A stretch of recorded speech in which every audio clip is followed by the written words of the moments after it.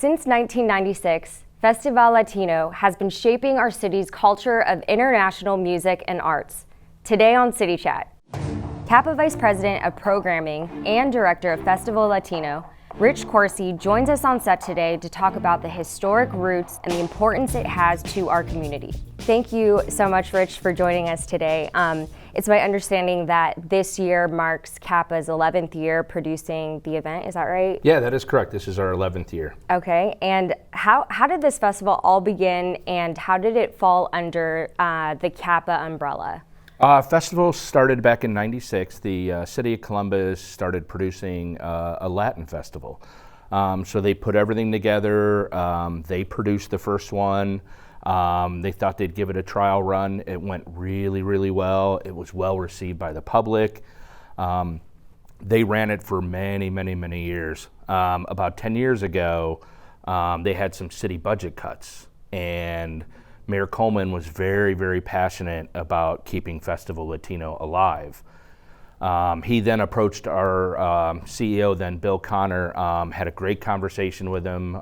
Bill had a conversation with me about CAPA possibly taking over the festival and producing it.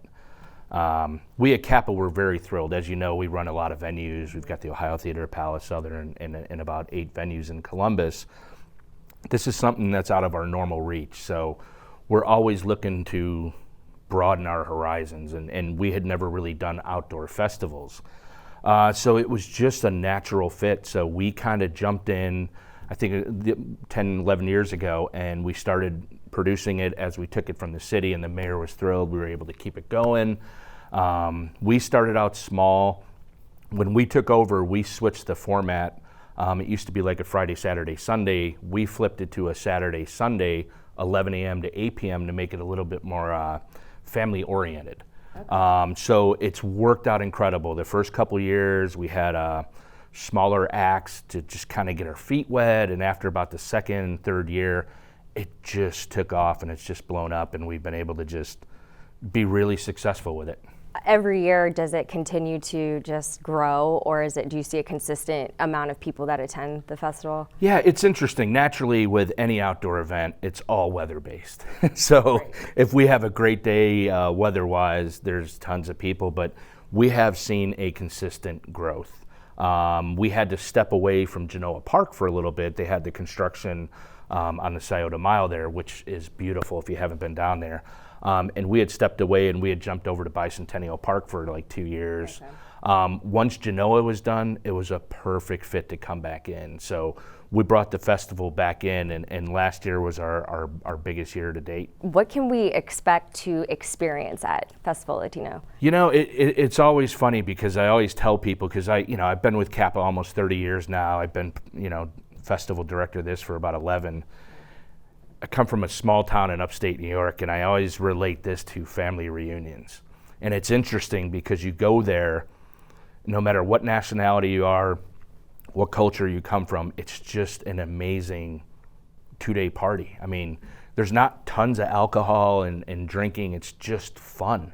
There's great music, we've got salsa lessons, the food is unbelievable. We've got people locally from out of town that we work with every year, and they're like a family. We show up Friday morning, and they're sitting there waiting for us, and we start the day with big hugs, and we do our load in, and then we have fun on Saturday and Sunday, and then it's just done. That's really special. Who are some of the headlining artists this year? We've got on Saturday, La Reunion Norteña and Grupo Manilla, okay. And then on Sunday, Los Rabanes and Gilberto Santa Rosa, which will be massive. Last year, we did El Gran Combo on Sunday, and I have never seen that many people in the city of Columbus. It was packed. You couldn't see a blade of grass. And is the energy just like so high? I can only imagine. Yeah, it's amazing because we open at 11. It's usually a little slow for the first hour or two, and then folks start to show up, and then it gets a little busier, and then before you know it, it's just packed. And it's just people having fun, eating good food, listening to great music, and folks who don't even know each other that are sitting there before the show start just talking to each other and hanging out. What's the process like of choosing the headlining artists at the festival? Well, it's interesting. I mean, we that's what we do for a living at the theaters. We book a ton of acts that come in.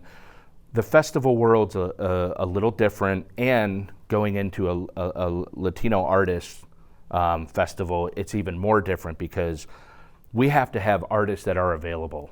A lot of artists that are just touring, that live in the U.S., just tour whenever they want. A lot of folks that we bring in, we've got to make sure that they're in the country, they've got their visas, they're going to be in the country at that time. So it's about a 3 or 4 month process to finally get the bands nailed down. The first couple years are pretty easy, but we've got a person that we work with, Tito Martinez out of Miami, and he's been a big part of the festival. He's very instrumental in helping us get some of these top name acts, which I'm still amazed. I mean, we've had everybody from Tito Nieves to Ruben Blades, and it just keeps getting bigger and bigger. And with Gilberto finishing out Sunday night this year, it'll just be very special. I really liked how you used the phrase that it's kind of like a family reunion. What are some of the actual activities that we can experience at the festival? Sure. I mean, naturally, the music is the big piece of it. The food is a massive piece of it. We have a kids area that we have, a children's area. We have the Latin ladies, Las Damas, that are there doing the Mexican paper flowers. I don't know if you've ever been to the festival, but they sit down with the kids and make these incredible flowers that are just amazing. We have them out there. COSI is a big part of what we do. We partner with COSI. They have their science spots out there. They have the interactive stage that they do throughout the festival. And then we just have a lot of children's activities within the area. We have salsa lessons that we do. We also have a dance plaza where we'll have the DJ right in the middle of the festival. El Corazon de Mexico will be there, along with Carlos Rubio, who's one of our favorites, and it's a very, very big part of the festival. But he's out there both days from 2 to 4 doing salsa lessons and training. And so it's interesting because there's something for everybody. Adults can go there, enjoy great music, their kids can play, and it's just a feel-good event. So actually, I haven't attended yet, but I plan on attending this year. For our viewers and for myself, what are the dates and times of this year's festival? And more importantly, where do we park? Oh yeah, parking is always interesting, naturally, because we don't control it. But the festival is Saturday, August 10th and Sunday, August 11th. It runs 11 a.m. to 8 p.m. both days. There's parking at COSI. There'll be parking at Vets. There's also parking at the Columbus Commons Garage, which I actually parked there for the Arts Festival and just walked across, and it wasn't that bad. So it's usually, and I just went to ComFest, and you just kind of fend for yourselves to park, but we've never really had many issues with people saying I couldn't find a place to park. So just prepare, give yourself a little bit of time. If you're coming down to see an act that you want to see, give yourself a half hour, 45-minute buffer to park. Is there anything that you would like to add? As I tell everybody, if you have not been down to this event, just come down for one time, and I guarantee you will be hooked. It's just an amazing event, ton of culture, great music, great food, and I guarantee if you come down one time, you'll come every single year. So we appreciate you talking to us about it.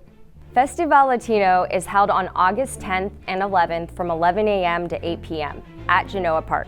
For more information on parking, recommended hotels, activities, and how to get involved, please visit www.festivallatino.net. Thanks for watching City Chat on CTV.